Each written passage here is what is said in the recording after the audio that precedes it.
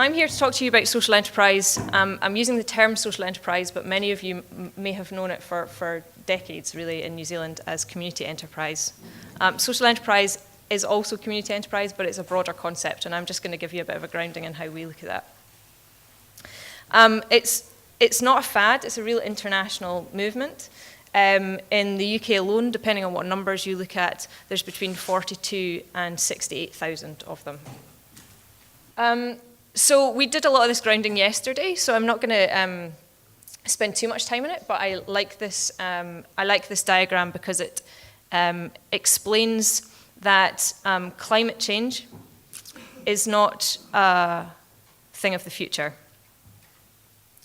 Since the last century, incidents of weather-related natural disasters have increased by 1,000%. In this 90 days, 123 records were broken in Australia in terms of climate. And this was covered with great eloquence yesterday as well about the global monetary system and how it is geared towards making the wealthy wealthier. The wealthiest 67 people globally have the equivalent wealth of the least rich 3.5 billion. That means if you're in the first group here, you have an average of about $20 billion worth of wealth. If you're in the second group, you have about $486 worth of wealth. That's not just an international statistic. This is a diagram from New Zealand to show you the wealth disparity.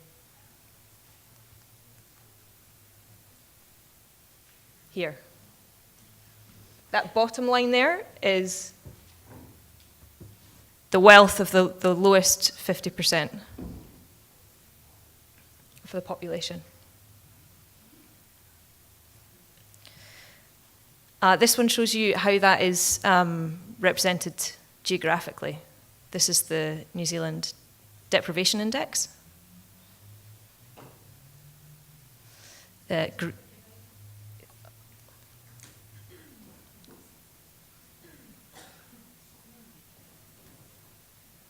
This is an index which doesn't just look at income, but also looks at indicators of poverty,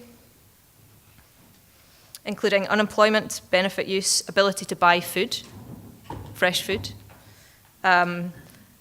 indicators like feeling cold because you don't want to put the heating on because it's going to cost you too much, even how much people use food banks, and cost of clothing, whether they're clothing. So this has knock-on effects, this income disparity, poverty, including, as was touched on yesterday afternoon, youth, particularly unemployment with young people. Just reflecting back some of the things that I've heard said about the local community. I looked it up yesterday, and in the far north, youth unemployment is about 22%. Just 1 in 5 will start out their working lives without employment. And the impact of that can be lifelong. So this is the model that we use to explain the place we want to be. The light green circle is the just and fair place for us to live.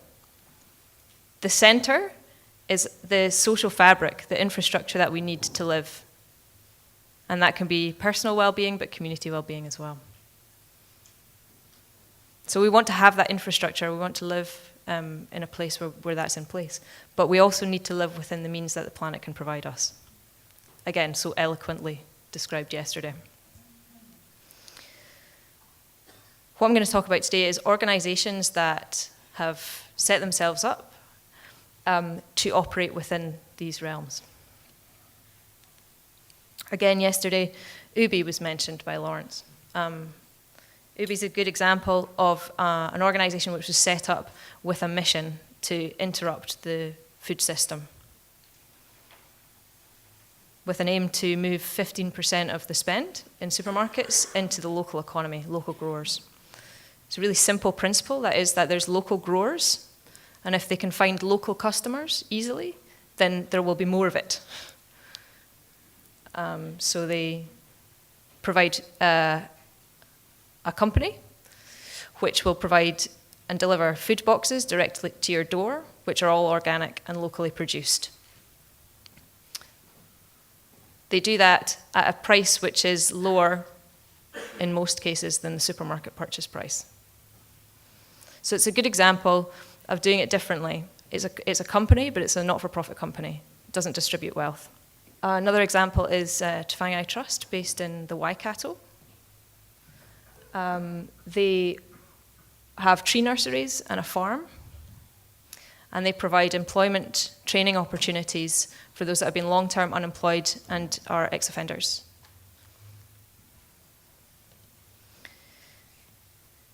So they have a 26-week program. They provide training for 100 trainees per year. About half of their turnover is through sales of trees. So they're operating in a trading model. It's not a charity, but they have charitable aims. So a further 25% of that is through government contracts, and a further 25% of that is covered by philanthropic grants. They only go for philanthropic grants to try and provide extra time in their training program because they're working with people with really complex needs. About 80% have drug and alcohol problems, so it takes a while for them to get into the working environment.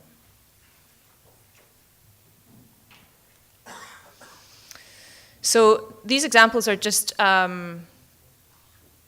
broadly light touch, but they're a demonstration that there's a new type of organization. Actually, they've been around for a while, but there's a new name for them and a new intent to create organizations which don't maximize wealth, income to private owners as a kind of private business model. And they don't want to be charities.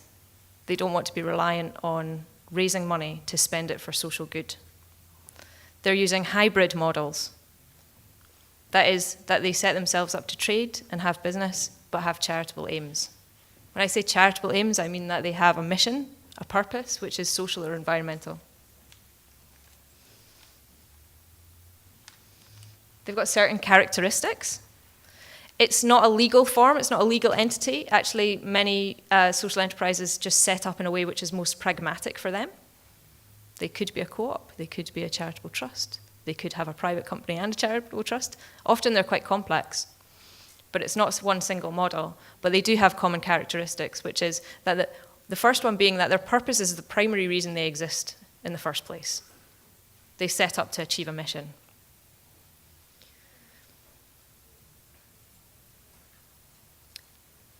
They also set it up so that it's actually embedded in their governing documents and in all of the management decisions that they make. It's not an add-on. It's not socially responsible business. They're in the business to achieve this mission.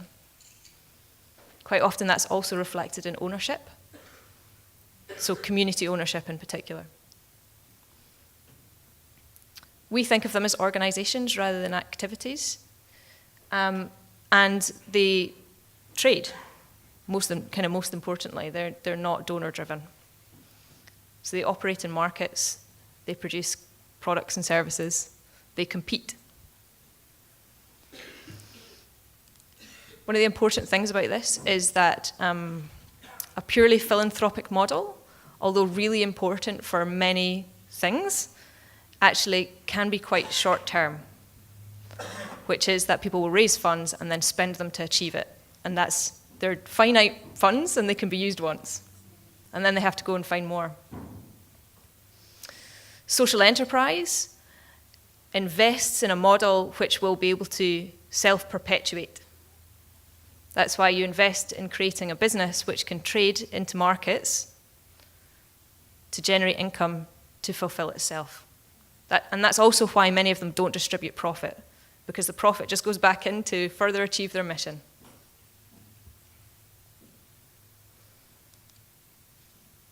So some of the advantages, well, they're regenerative. They're kind of embedded from where they come. They have a mission to achieve. They are economic. They require some sort of economy to make them run. They are empowering and inclusive because by their very nature, they do tend to be kind of co-production models. The people that make them work are the community. And particularly with community ownership, you know, it's not distributing wealth to those that had wealth in the first place. So that's a bit of the theory, and I said I wouldn't concentrate on theory. But I just want to say, in terms of the social enterprise term, it looks like a lot of different things, and that's why it can be a bit hard to grapple with. Community enterprise is one of those forms, and community enterprise is a social enterprise that is based in its community, and it's there to serve the community. And that could be a place, a location, but it could also be a population of people. Social business startups look more corporate, but they start from the very start with a social mission. So they're just not place-based. They might grow. So Ubi's a good example of that. You know, Ubi has a system which they're going to grow internationally. They're in Sydney and they're in the US. So although a community can use them for community benefit, Ubi itself actually is a kind of international business, or will be. Transitioning not-for-profits is another really, it's a more complex area, but often charities are looking to trade to try to become more sustainable because they find constantly looking for funding can be quite distracting from what they actually want to do. Joint ventures is a new one that we're seeing, which is large corporates kind of unable to satisfy their own kind of social and environmental responsibilities, and so joining up with community groups, community organisations, not-for-profits, to have joint ventures to do that. We're currently working with New Zealand Post, who have produce a large surplus of uniforms each year, right? That's a problem for them.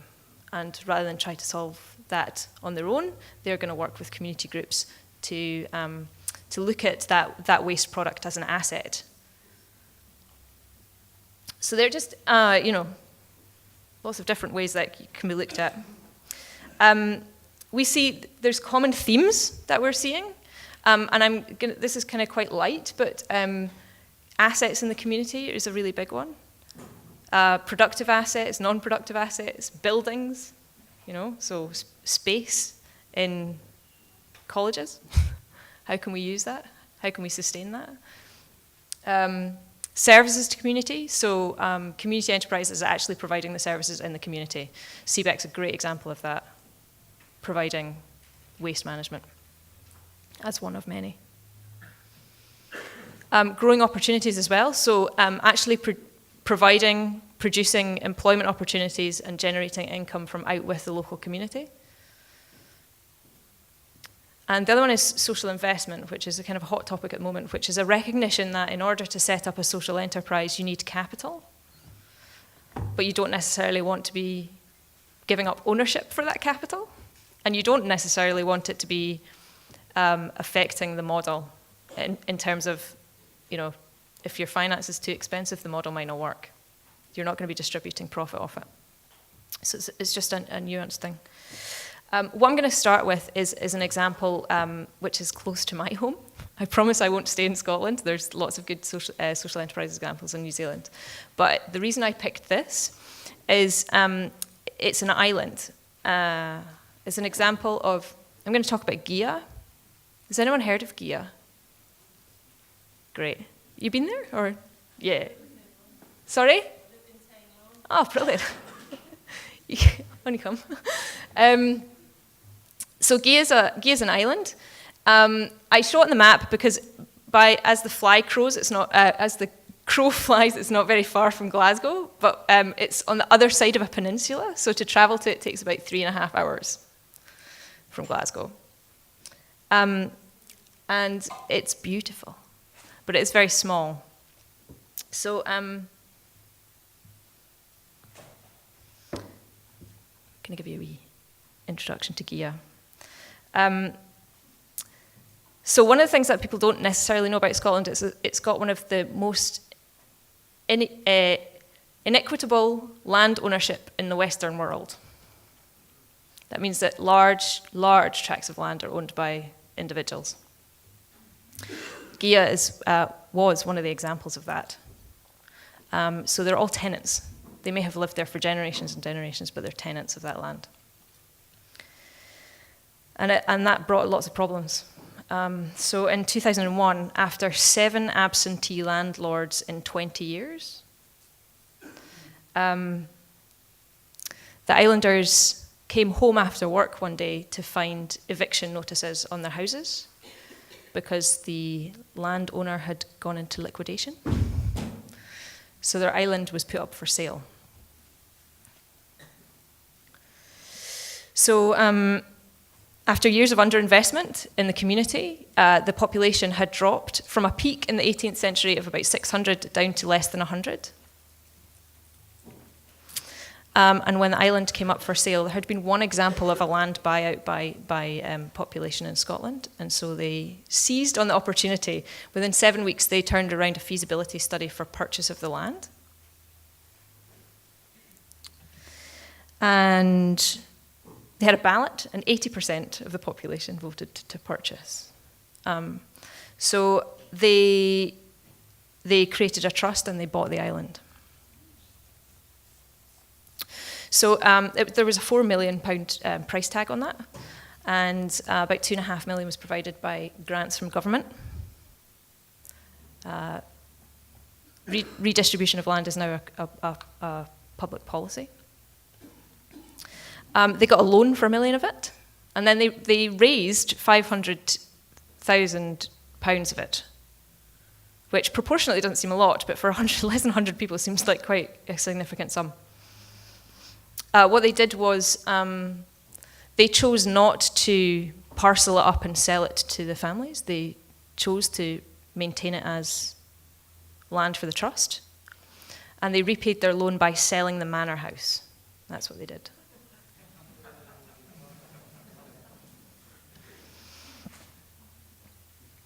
So it's now owned and controlled by the community. Community elects the board. They have a hotel, which they operate. They have farms. They have done collective negotiation with to ship their milk off the island collectively. They now also have a wind farm. They purchase second-hand wind turbines. Purely commercial venture. They got loan finance for it. They sell electricity back to the grid. They also worked in partnership with a social housing provider that put 12 houses on the island, and they ensured that all of the work was carried out by builders on the island. So the population has grown since then by 50%. Significant for a small island like that. And part of the reason why they've attracted new residents is the sense of control and ownership. You're actually joining a community that you can have some control over. You literally can vote for it. That's why I chose that example. It's just a really nice example of a very, very small community that have managed to do incredible things whilst being remote with a bit of ambition. I'm sure if they were standing here, they would tell you all of the things that were hard in that process. It's very easy for me to tell you in retrospect. It worked well. So the local example in New Zealand is Blueskin Energy, who are working to create a collectively owned wind turbine.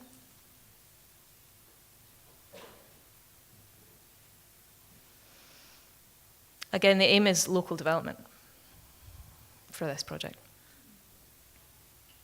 So there's no precedent of this. So Blueskin Energy it's a long track to create new ways of doing things. Akina is supporting them through it.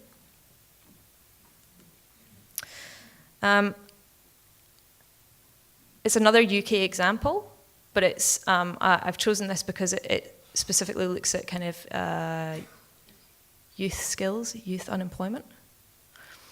This is an enterprise that I worked in Lincolnshire, in England. It's about 7 miles outside of Lincoln, which is the local city, and it's based in a woodland, a very small 300-year-old woodland. It was purchased by a couple who just wanted to live in the woods. That was their ambition. But it had been extracted all its useful timber, and had been left to its own devices. So invasive species, rhododendron is really invasive into woodland in the UK, and it was covered in rhododendron. It just knocks out the whole ecosystem on the woodland floor. And this couple wanted to restore this to become a community asset. It had been privately owned. And so they hit upon the idea of using the woodland itself as a place for learning. And initially that was, they supported unemployment programs. And that evolved into a specialization with working with youth. So through a lot of this work, a lot of this community work, they restored the woodland and enhanced it back to a healthy ecosystem. It now provides alternative education for young people from Lincoln, primarily the estates in Lincoln. Many of the young people that come to this have never been in the woodland. They've barely been in the countryside. So actually, there's genuine fear of walking into a space like this, which is quiet and detached. And then noisy when you start listening, This is one of our rangers just sitting with a young person, It's just a really healthy environment for people to sit in. And so alternative education, these are kids from the local community who have been excluded from mainstream education because they are the hardest to deal with. And even with the programs that we were working with, we were receiving the hardest to work with. So we would get from 14 to 16 were the youngest that would come here, and this was school for them. So there were strawberry buildings, which all of the learners had helped to build, and they would get maths, English, ICT, and the rest of the time they were in the woods, learning about looking after things. So that also then evolved into employment training for young people that were not in education employment training between 16 and 19. Actually, much harder to reach that group. But the business model, the income model, was that about half or 3/4 of the income was coming from educational contracts. The Wood was also providing the land management services for the district council. So it wasn't just reliant on one source of income. So now the business has land management contracts. It does eco-design consultancy because they worked with a local university to come up with an eco-community hall which sits in the Wood. It's a rammed earth, this is the building in the corner, rammed earth building with a double reciprocal beam roof. All of the materials from the county. They also got gifted another woodland as part of a resource consent for a local stone quarry, who again, they need to get resource consent. One of the ways they could assist to do that was to say that they would hand over some of the non-productive woodland land to Hill Wood. And it is now a mental health service for those that are recovering from mental health challenges. They'll come again to the woodland, look after the woodland, restore it. It also has a really healthy eco-burial business, which is one of the other income streams.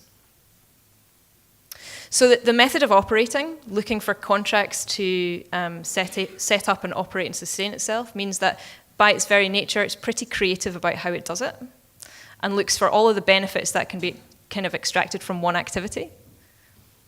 And this all started out of what was not just not an asset, but was actually something which people looked on as something which would be a drain on your resources, which was a scrap of useless woodland.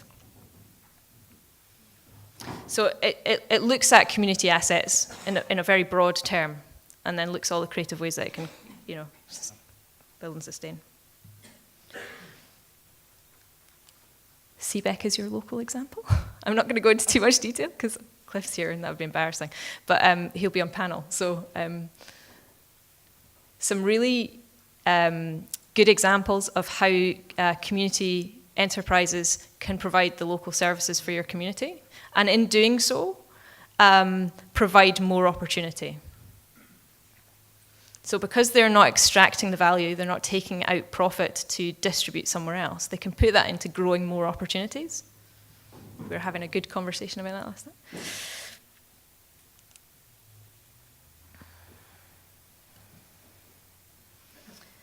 I'm just going to give you just a couple more examples and then move on to what Akina does before panel.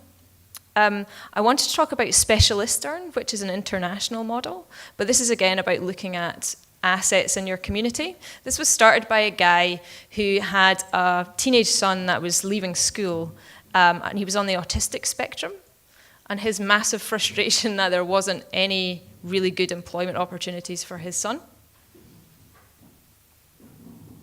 with a kind of acknowledgement that his son's condition provided challenges, but also he just thought this guy, he's just the brightest, cleverest guy with particular talents, and there's nowhere for him to fit in the work market. So he created a business. And it's a business consultancy that specializes in software systems, data cleansing. It's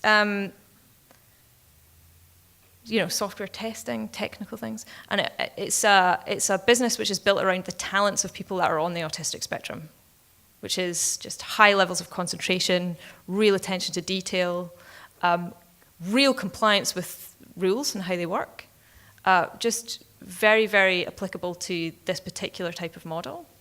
So what he, again, looked at something which looked like a deficit, but actually is an asset when you look at it like this. And this Specialistern is now in 12 countries around the world.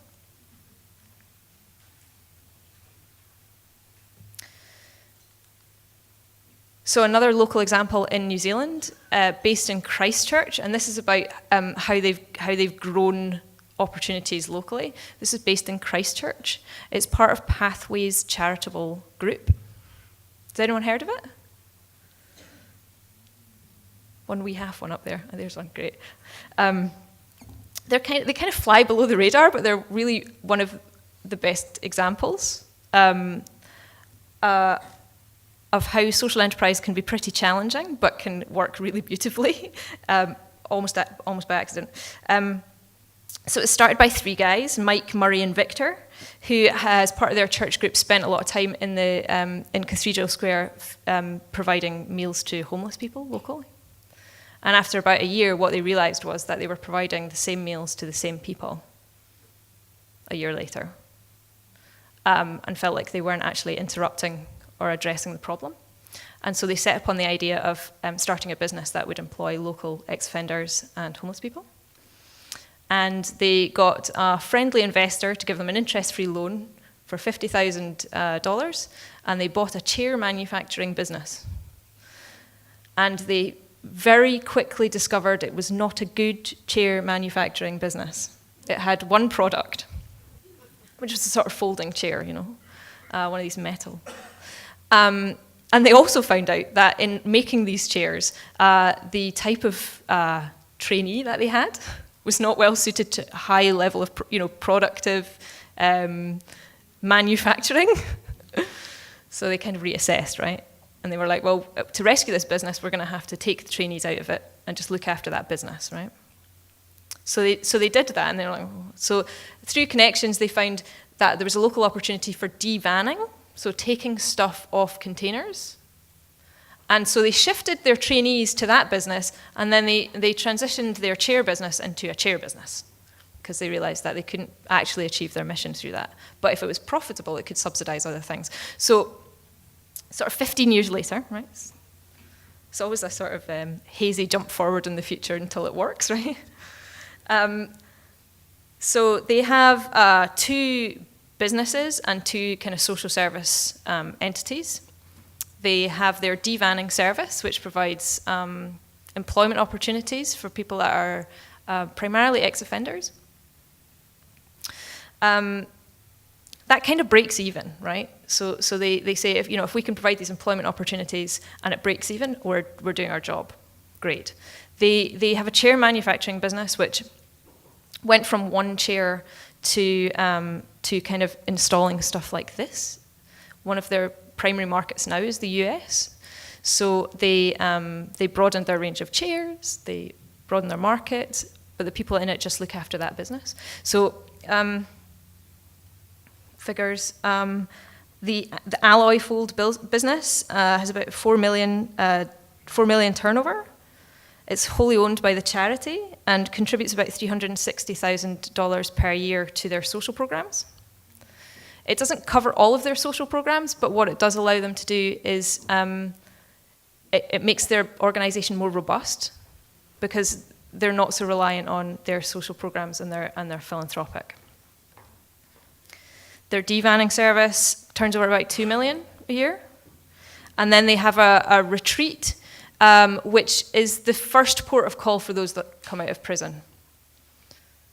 So it's based in the land, they learn how to grow.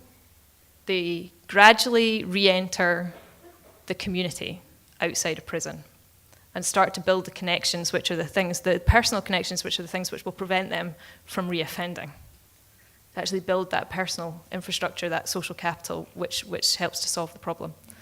And so what they now find is that the ex-offenders come out of prison, they spend time at the retreat, they learn basic skills, and then they go into the Dvanning service as employment. So one completely commercial to give them some freedom for income, one kind of breaking even, in the middle, which just serves its purpose by operating, and then one at the end, which is, is purely social. It's not going to generate enough income to cover itself, but they're comfortable with that because they know that it's one of the essential parts of that chain. So, like I said, hidden gem in Christchurch, loads of learning to get from there. Particularly the fact that what they started out to do wasn't at all what they ended up with. Just lots of rapid learning, How am I doing for time? 40, okay. That's not bad, actually. I'm quite surprised by that. So in terms of growing opportunities, I just want to touch on one other thing, which is, again, back in the UK. But I spent about 4 years working with community enterprises around Scotland. And what the statistics show, and what our experience showed, was that community enterprises are embedded in our community because that's why they exist, but they were often producing really high quality product, but they were generally selling it to their local community. So, and most of them are concentrated in highly kind of deprived areas. What they really needed to do was to generate more income into the economy, into their local economy, so to reach broader markets. Now, so part of my job was to go out to very small communities in rural Scotland, which were ex-coalfield communities. They'd been created around a mine, then the mine closed, and they all just were left there. But they don't want to leave because it's home. So they have to create their own community assets. They have to run their own community assets. And then, they're producing products, but if they only sell to their local market, that's not going to increase the income into the community. So, we were going to all these little communities and finding these great products, and we were buying them, but that wasn't going to solve the problem either. So we created an online platform which collates lovely products from social enterprises across the UK to sell to a broader market. And I only refer to this because it shows the diversity of product that can be, and it's another strategy, right, to produce kind of high value products. And on this site, there's about 600 products from about 33 producers. It's just another example. So I'm going to skip over that because it's less important. But I'm going to talk to you now just for 5 minutes about Akina Foundation, about what we do. The reason we exist is that this creation of social enterprise is hard. Many of the models are trailblazing. They haven't existed before. So every step is a closed door which needs to be opened, right? Sometimes by force. But So it can be a hard journey. Blueskin's an example of that. It's just going to take a long time before it's established. But once it is established, it provides an example, a model that can be replicated across New Zealand. So trailblazing, it's hard, right? So we help to get alongside organizations because it's hard. The other thing is accelerated learning, which is that there are people in communities around New Zealand doing this. They're doing it at the same time and they're doing it on their own. So by making connections, we can just share learning. So I can't tell you how many people I send to Christchurch to go and see Pathways Group, because it's a great example of learning. And it might just shortcut the process for other communities. Complexity is another thing. So running and operating a successful social enterprise is difficult because you're constantly weighing up the social and environmental benefit versus the trading and economic. And that's just a permanent tension. So it's a new way of having to learn how to run an organization. So it can be complex. And the last one is undercapitalization, which just means that it's hard to get private equity because they're not going to get a return on it. And then the alternative is to grow organically. And to grow organically, it still means you're pretty lean. So there's a lot of work up front to set up something which in the end will be financially sustainable. But in the first instance, they tend to be undercapitalized because they can't just throw money at it. So this is Akina's vision for a sustainable, prosperous, and inclusive world. The word prosperous in there means is in its broadest term, where we all prosper. And we're assisting to deliver the next generation of transformational social enterprises in New Zealand. We're doing that in three main ways. One is to kind of build and support talent awareness and capability, to support individual enterprises through some of the tricky times of development, and then also just to help facilitate the markets and the investment which are required to make them work.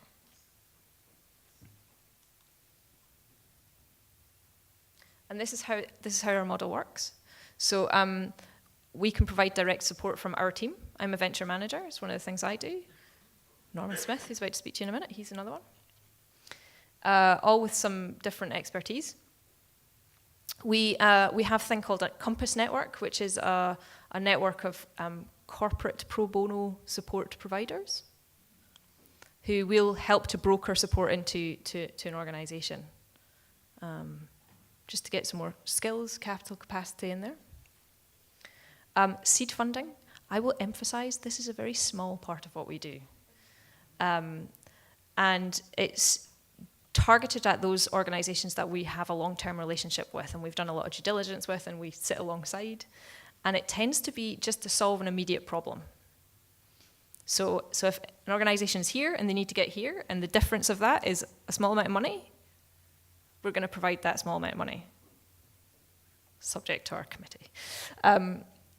And the other thing is just networks and partnership, right? So this is like me talking to you, and me talking to you after this, and me telling you about other places. Simple but powerful. So these are the services that we have. One of the things that we do is run workshops and clinics around the country.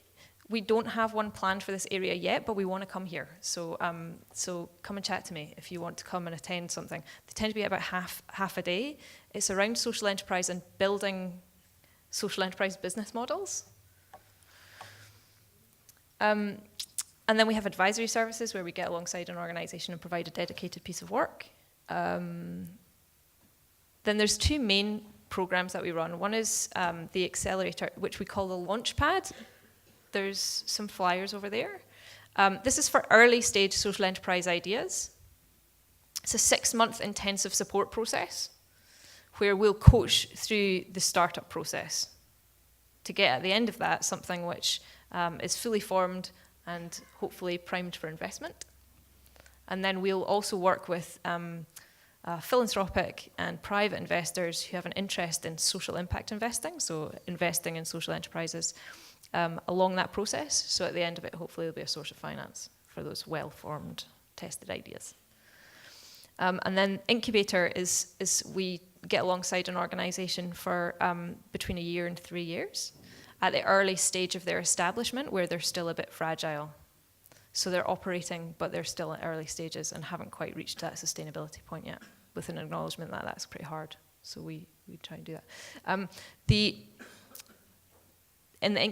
So the Accelerator has 10 places nationally, and the Incubator is about 12 to 15 nationally. So we're concentrating resources on a small number of organisations that, if they work, will not only have fantastic impact on their local community or the community that they're serving, but will also serve as examples that can be rolled out across the rest of the country. That's pictures of the things we do. What I will say is, if you're interested and you have an early stage social enterprise idea, the closing for the Launchpad is on the 29th of this month. It's a pretty short application process. You can put in any form that you want. So it could be written, it could be a video, it could be whatever. It just has to answer some really specific questions on our website. Grab me later on if you're interested. I'm very happy to talk to you about it.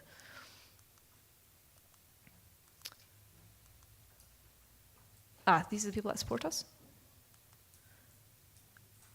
Right, that's me.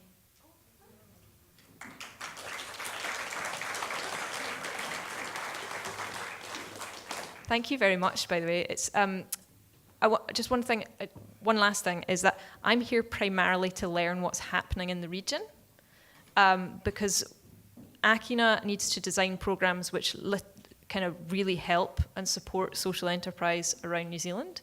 So I'm interested in what you're trying to do, what challenges you're having. So even if these immediate programs are not suitable for you, still come and talk to me about what you're doing so that I can feed that back and we can hopefully in the future do stuff which is going to support social enterprise more broadly.